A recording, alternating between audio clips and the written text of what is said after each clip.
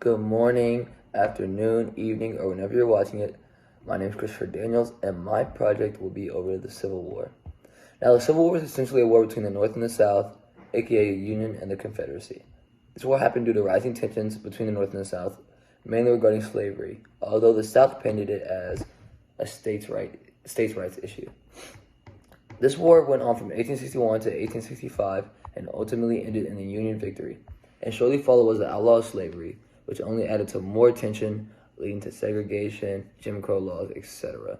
Now, this presentation will include 5 different sources and a live, representation of them. Now, our first battle is the Battle of the Bull Run. The Union was led by General Irvin McDowell, while the Confederacy was led by Pierre G.T. Beauregard. This is the first major event of the war, and it took place in 1861. It was a long, hard-fought battle, with the victor being the Confederacy.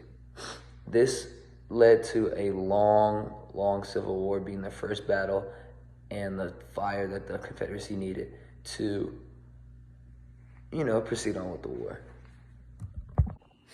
Our next key event actually is not a war, but it is in fact a proclamation, and that is the Emancipation Proclamation. And so, the Emancipation Proclamation was a huge tie switch for the war. Abraham Lincoln finalized it in 1862, and it freed some of the slaves. It's pretty technical. And Lincoln didn't do this for the slaves' benefit, like most saw it as. He did it as a tactic to get black men to help fight for the Union.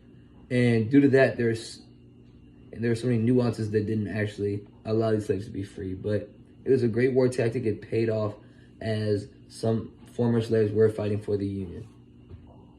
Our next source up is actually not an event, but actually a person, and that person is General Polk, a super famous Confederate general who played a major part in this war.